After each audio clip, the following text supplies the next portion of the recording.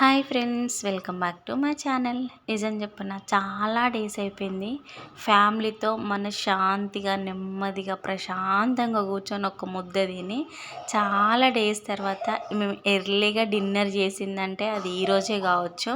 So ఇంకా వేడి వేడి అన్నం, దాంట్లోకి పప్పు వేసిన, పప్పులో చింతపులుసు వేసి తినాలని చెప్పేసి ఈ మార్నింగ్ నుంచి ఎందుకో అదే పప్పు పప్పు ఇదే అనిపిస్తుండే. ఇంకా దాంతోపాటు ఒక్క అప్పడం అన్నమాట. వేడి పప్పులో వేడి అన్నంలో ఫుల్గా పప్పు వేసుకొని అప్పడం పెట్టుకొని తింటే ఉన్నది చూడండి. నాకైతే చాలా మంచిగా అనిపించింది. చాలా డేస్ తర్వాత మనస్ఫూర్తిగా తిన్న ఫీలింగ్ అయితే నాకైతే వచ్చింది. ఇంకా మీ డిన్నర్ కంప్లీట్ అయి ఉండదు.